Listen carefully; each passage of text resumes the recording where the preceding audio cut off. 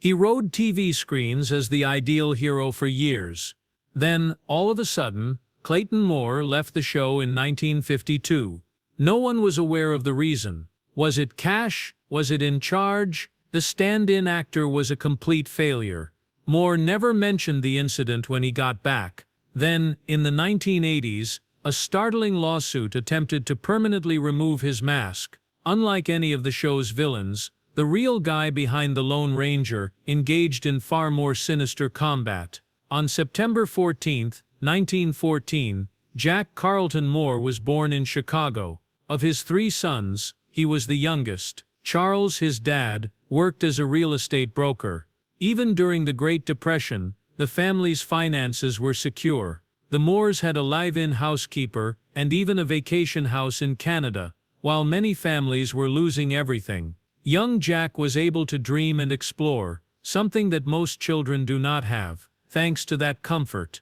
But Jack was drawn to performance and physical challenges, rather than pursuing his father's dream of becoming a doctor. He was already different as a child. He became an acrobat in a circus by the age of 8. He practiced diligently.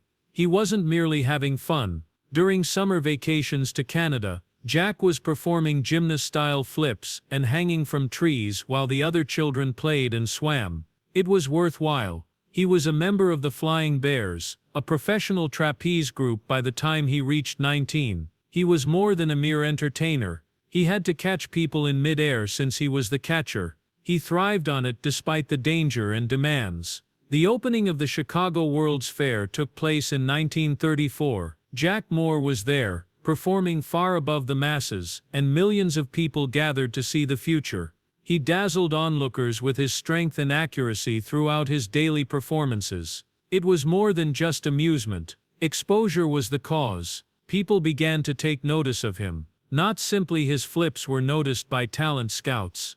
They saw the charisma and camera-friendly face. As a result, he entered the world of modeling. Moore joined the John Robert Powers Agency in New York. It was significant. One of the leading modeling firms at the time was Powers. Moore was a wonderful fit because of his tall stature, sharp jaw, and brilliant eyes. His image appeared in periodicals, catalogs, and advertisements until the late 1930s. He had the quintessential American appearance. He made money and made contacts in the industry as a model. However, something was still lacking. Pictures were quiet. Jack desired to relocate. He made a bold choice in 1938. He traveled to Hollywood after leaving New York. He only had hope and a portfolio. No significant position was in store for him. And his physical prowess. He did whatever he could in those early years, including stunt work, background roles, and little parts. Moore, however, handled it like training while others grumbled. He observed the actor's line delivery. He discovered the motion of cameras. He was aware of presence, lighting, and timing. Slowly he improved. Then 1940 arrived. A producer, Edward Small, took over. He thought Jack's name was too simple, but he appreciated his appearance and talent. Thus, Clayton Moore was born out of Jack. There was more to that name change than merely branding. It was a change. Clayton Moore thought he was destined for the big screen. He completely accepted the new persona it offered him. Clayton wed Mary Frances in the same year. Mary's mother joined them on the flight to Las Vegas for the wedding. An exciting elopement in Hollywood. However, it was short-lived. They got divorced less than 2 years later. They were drawn in opposite directions by their lives. Later on, she appeared in a science fiction series. He was on the verge of breakthrough. Clayton was cast in the 1942 film Perils of Neoka by Republic Studios. It was well received. He portrayed Dr. Larry Grayson, a man who scaled walls, battled foes, rode horses, and even operated on people's brains in caverns. Although it was extravagant, Clayton managed to make it plausible. His expression was earnest. His body performed the feats, making that serial cost $175,010, which was a significant sum at the time. However, it was worthwhile. After Moore shone his star power, Republic swiftly viewed him as their new serial hero, surpassing even Buster Crabbe in popularity. Moore took a break from his rapidly advancing career to serve in World War II. Moore enlisted in the U.S. Army Air Forces that same year. He played a significant part in the war effort, despite not being sent overseas due to a knee injury sustained during his time as a trapeze artist. He was assigned to Kingman, Arizona, following his training in Texas. There he planned and produced entertainment for the troops, using his showbiz expertise. Although they respected him, many of the troops ridiculed him about his roles because they knew him from his films. Later on, he collaborated with the first motion picture unit to create combat-ready training movies including Target and Invisible.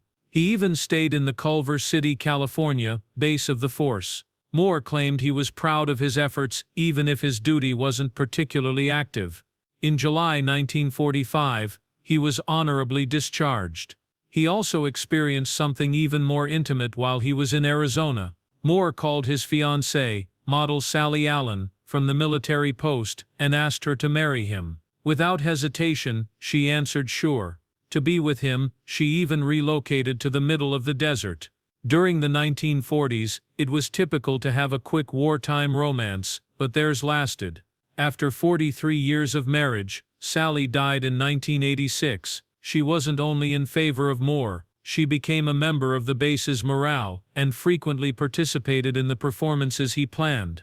Later, Moore's love for Sally was cited by his co-workers as a reminder of his loyalty as the Lone Ranger. Moore wasted no time following the conflict. He immediately returned to the film industry, focusing on westerns. From 1946 until 1947, he worked continuously. He made connections with well-known people like Gene Autry and Roy Rogers, and they were amazed by his literary abilities. Moore appeared in a number of motion pictures, including 5 Gene Autry productions, Riders of the Whistling Pines and the Cowboy and the Indians, 1949, Sons of New Mexico, 1950, and Barbed Wire and Night Stage to Galveston, 1952. He gained a lot of expertise from this, particularly from working with well-known celebrities. His uncredited role as a masked hero in The Crimson Ghost 1946 was an early indication of what was to come. Additionally, he appeared as a guest on programs such as The Range Rider and The Gene Autry Show. The gruff yet kind-hearted persona that would come to define him was shaped in part by these roles. The job that truly showcased his variety followed. Performed as Jesse James in Jesse James's Rides Again in 1947. It cost $180,497 and was shot in less than a month. Jesse in Moore's novel was more than just an outlaw. He was a man attempting to live a decent life. The audiences were captivated. He had a deadly edge that gave the role a genuine feel, and he was intense and quick on the draw. Because of how well it was performed, Republic Pictures immediately commissioned a sequel. Moore made a comeback for Adventures of Frank and Jesse James in April 1948. With a $149,985 budget and only 21 days to shoot, that one was even quicker. The tricks were exciting, and a lot of the writing was done by Tom Steele, even though he handled the riskiest parts. Although these two 13-chapter serials were out of the norm, most Republic serials had 15 chapters, they were successful. They demonstrated Moore's ability to play a multi-layered hero and lead a series. The creator of the popular radio version, George W. Trendle, was searching for a way to bring his masked hero to the big screen in 1949. He wasn't looking for any actor. He needed a person who embodied justice in appearance, movement, and voice. "Mr. Trendle, I am the Lone Ranger," said Clayton Moore as he entered the audition. There was substance to that assurance. Moore was ideal for the part because of his athletic background and his previous impressive performance in Ghost of Zorro. By the time he was 20, he had performed at the Century of Progress Expo and worked as a trapeze artist in Chicago. Wasn't acting when ABC broadcast the first episode on September 15, 1949. The Lone Ranger was him. However, an unexpected event occurred. Moore's voice was deep and rich, but Trendle didn't think it was appropriate. Moore was supposed to sound exactly like the voice on the radio, Brace Beamer. Moore didn't voice any complaints. He sought out a voice instructor, put in a lot of work, and eventually mastered every tone and rhythm. Trendle wasn't content though. He also threatened to replace Moore in 1950, after warning producers that the latter was deviating too much from Beamer's sound. Moore persisted. Nevertheless, he fully changed his voice to become the version that people had adored for years on audio and video. The outcome: he made the switch from radio to television seem natural, and his voice became famous. There was more than one dude on the show. The Lone Ranger became a sensation when it was broadcast on television. The ratings were enormous. From 1950 to 1951, number 7, 18 from 1951 to 1952, and in 1952, 1953, number 29. However, what really made it unique was the collaboration between Moore and Jay Silverheels. In an era when white actors typically utilized makeup to play such parts, Silverheels, a real native actor, made a significant change by playing Tonto. Silverheels gave Tonto dignity, even though he continued to speak in terrible English. Fans took note. They denied that Tonto and the Ranger were master and servant. They were on an equal footing. People found meaning in that concept. However, things weren't quite equal behind the scenes. Silverheels received a $2,500 incentive in 1951, in addition to $150 each week. He made $650 a week by 1954, yet that was still less than Moore. Nevertheless, their relationship made the show memorable, and it was well-timed. Families gathered to see the masked man and his friend ride into action as TVs began to appear in homes throughout America. Moore did more than simply look the part. He experienced it firsthand. He was the one who trained Silver, the horse. Episode after episode, he displayed his own acrobatics on screen, including wrestling, leaping, and galloping. Moore would continue to demonstrate his abilities in public even decades later, dazzling spectators while spinning his Colt .45s. He was still swift, fit, and the Lone Ranger at the age of 71. He often reminded supporters that the Ranger's primary purpose was to disarm, never to kill. Moore believed in the code, which included that. Then the unimaginable occurred in 1952. Moore was abruptly replaced. John Hart took over. As the performance continued, but there was a problem. Why was not explained to Moore. He said in his book that he never inquired. It was a contract conflict. According to some, others, like his daughter, thought he might have asked for a piece after learning about the enormous revenues from Lone Ranger products. However, she also believed that he wasn't the kind to make demands. Trendle, on the other hand, thought that people only required the mask, and that the actor didn't important. He was mistaken. Continued to work during that year off. He became Clay Moore, after dropping the name Clayton. He portrayed Graber, the antagonist in Radar Men from the Moon. During a battle scene in the low-budget series, Moore unintentionally shattered the nose of the main character. He also co-starred alongside the original Lois Lane, Phyllis Coates, in Jungle Drums of Africa. These positions covered the expenses. However, they couldn't compare to the excitement and notoriety of being the Lone Ranger. Trendle had had enough by 1953. Despite his best efforts, he was unimpressed after watching all 52 episodes. His voice was flat, and his heart was rigid. In the saddle, he slumped. The show was failing, and his fans didn't relate to him. The same agent who represented Silverheels was Moore's new agent. The negotiations began. Moore not only came back, but he brought a larger salary with him. Hart was quietly fired, without a reason or argument. All Moore had to do was put the mask back on, and the performance resumed. Moore went on to appear in 169 of the 221 episodes of the program. The chemistry with Silverheels returned. When he returned, the episodes felt natural. Once more, Moore continued after the show's conclusion on June 6, 1957. He appeared in public as the Lone Ranger for the next 40 years. He did commercial filming. He made appearances on talk shows. Everywhere he went, he carried the character. At gatherings, he even repeated the Lone Ranger's creed. A court order attempted to prevent him from donning the mask in 1979. However, Moore retaliated, and was granted permission to continue performing the role he adored. Behind the scenes too, things changed. Jack Rather, a businessman, contested the character's rights in 1954.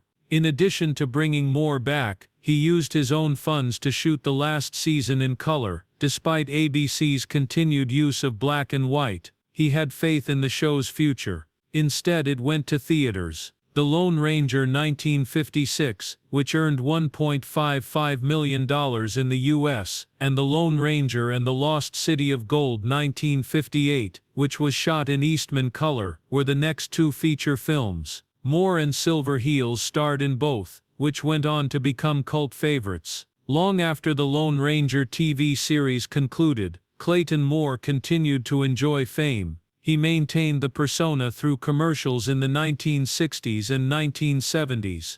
The 1972 one for Gino's Pizza Rolls stands out in particular. It even brought back Jay Silver Heels, his former co-star. They performed the show's well-known catchphrase, "Who was that masked man?" while decked out in full costume. Who introduced them to pizza rolls was the puzzle this time. People loved it, even though it was strange and entertaining. Moore also appeared in advertisements for Aquavelva, where his recognizable deep voice immediately connected. He never thought of these advertisements as mere business. He only accepted parts that portrayed the Lone Ranger as a morally upright hero. Moore saw the mask as more than a garment. It had significance. However, his life wasn't always easy behind the scenes. 6 months after losing his 43-year married wife, Sally Allen Moore remarried in August 1986. She was actually Sally's nurse, and her name was Connie Cravello. Some folks felt uneasy about that.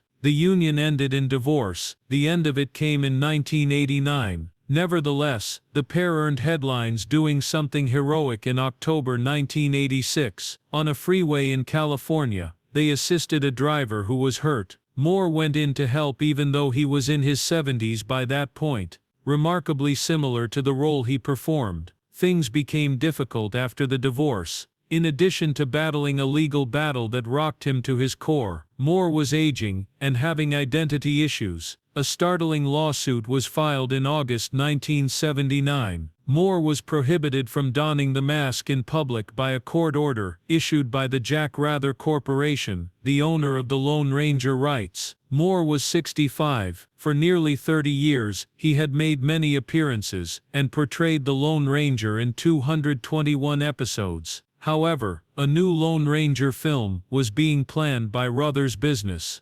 Concerned that Moore's persistent presence would cause confusion and jeopardize their $18 million investment, Moore arrived at the court session wearing a mask, a white hat, and a full cowboy attire. He was asked to take off his hat by the judge. Instead, Moore slipped out. He cared too much about the mask.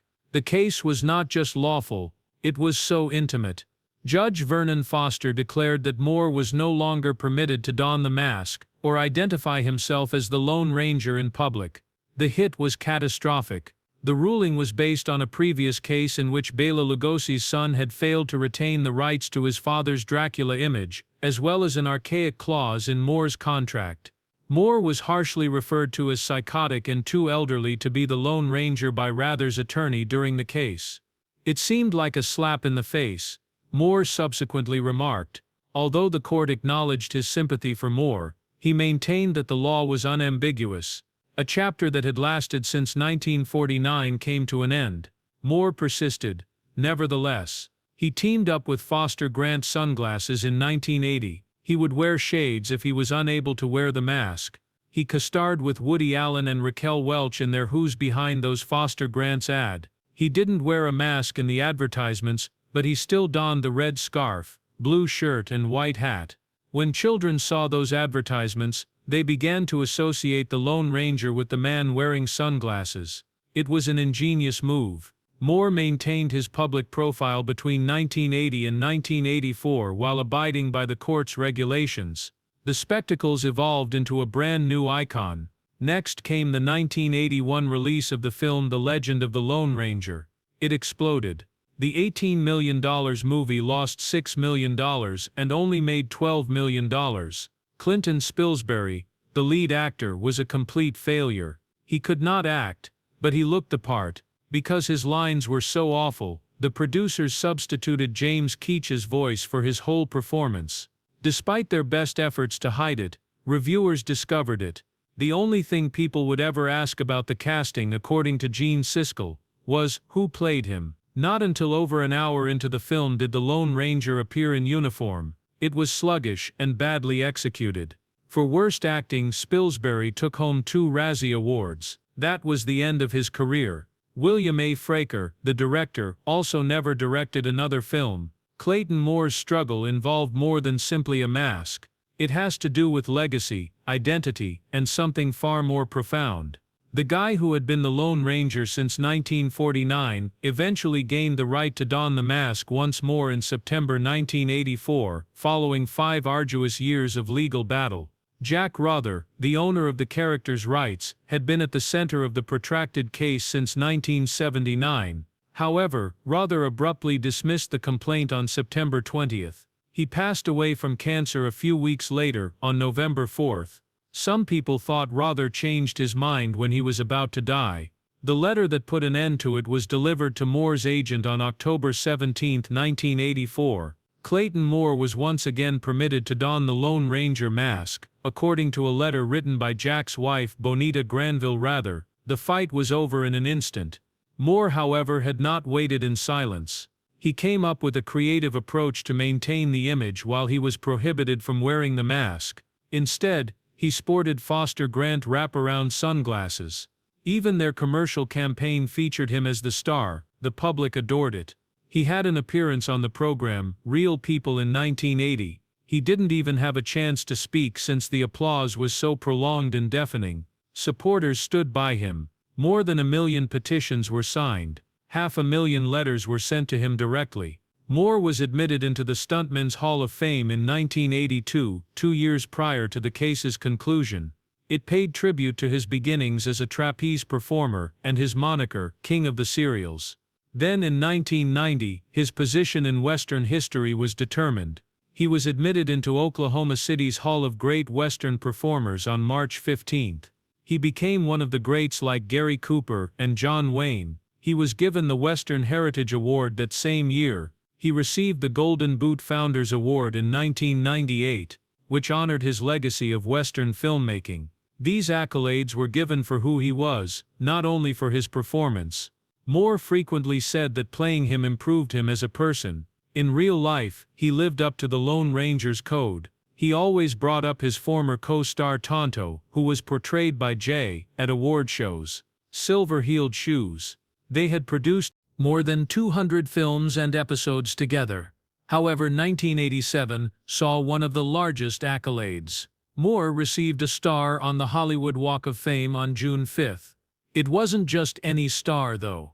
Clayton Moore, the Lone Ranger, was written there. It had never been permitted for another actor to have both names on a single star. No one had ever done it before. He arrived in full costume that day. Comics, silver toy pistols, and lunchboxes were brought by fans for autographs. For a Walk of Fame ceremony, the attendance was among the largest ever. His star is one of the most visited on Hollywood Boulevard to this day. In 1984, the year he had his mask back, Moore was added to Old Town New Hall's Western Walk of Fame. He stood next to movie stars Clint Walker and John Wayne. His well-known black mask was then included to the Smithsonian's collection in 2004. It was the one he wore following his victory in the legal struggle. That straightforward object made of plastic and cloth came to represent justice. The United States Postal Service issued a 44-cent stamp with Moore riding Silver the Lone Ranger in 2009. Not many actors ever got such a major honor. I Was That Masked Man, Moore's 1996 book, chronicled his life from landing the part in 1949 to the lawsuit that attempted to strip him of it all. Mr. Trendle, I am the Lone Ranger, he wrote, and that's how he earned the part.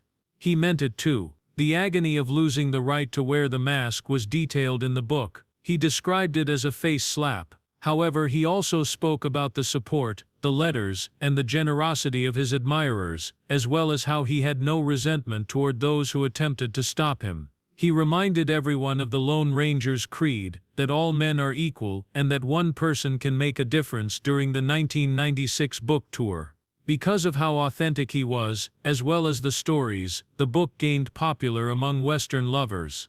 Moore did more than portray a hero. He was one. Clayton Moore had experienced both happiness and heartache in his private life. He had 4 marriages. From 1943 till 1986, he was married to Sally Allen for the longest time. Dawn Angela was their only child. He got married again after Sally passed away, but those relationships didn't last. He then married Clarita Petroni in 1992 when he was 77 years old. It was different this time. There was calm here. In his Calabasas home, the two led a peaceful, affectionate existence together. Though he had discovered what he needed, someone who understood him, he began to recede from the public eye. Clarita talked openly about his final days after his passing. She claimed it was hard to watch his physique deteriorate. She sobbed as she continued. "You wouldn't believe this was once the man who wore the mask." His proud, powerful features were gone. Despite having thin, pale skin, he had always kept his image safe. He remained hidden behind his mask until he was in his 80s. He wished for the hero, not the weakness, to be remembered. However, he ultimately allowed someone to in. He sought for Clarita's hand as he lay in a hospital bed in his last moments. His body hardly functioned. He reached out despite having trouble breathing. He didn't want to part with her life or the important things in life. Words could never express what that moment did. He was attempting to console someone else despite his own impending demise. Clayton Moore was that person. The Lone Ranger was that. Moore had a heart attack at home on December 28, 1999. It was too late when he was taken to a San Fernando Valley hospital. He was 85. It was right before the year 2000, shortly after Christmas. The moment seemed meaningful. An era was over. He used to say, "I still want to wear my white hat when I take off to that big ranch in the sky." He did, in a sense. The legacy he created was still on him when he was buried. He left his daughter Dawn and wife Clarita behind. More than that, though, he created a legend. One that was based on his life, not merely on TV series and movies. The Lone Ranger had 169 episodes that he filmed. He appeared innumerable times. However, he also gave millions of people the inspiration to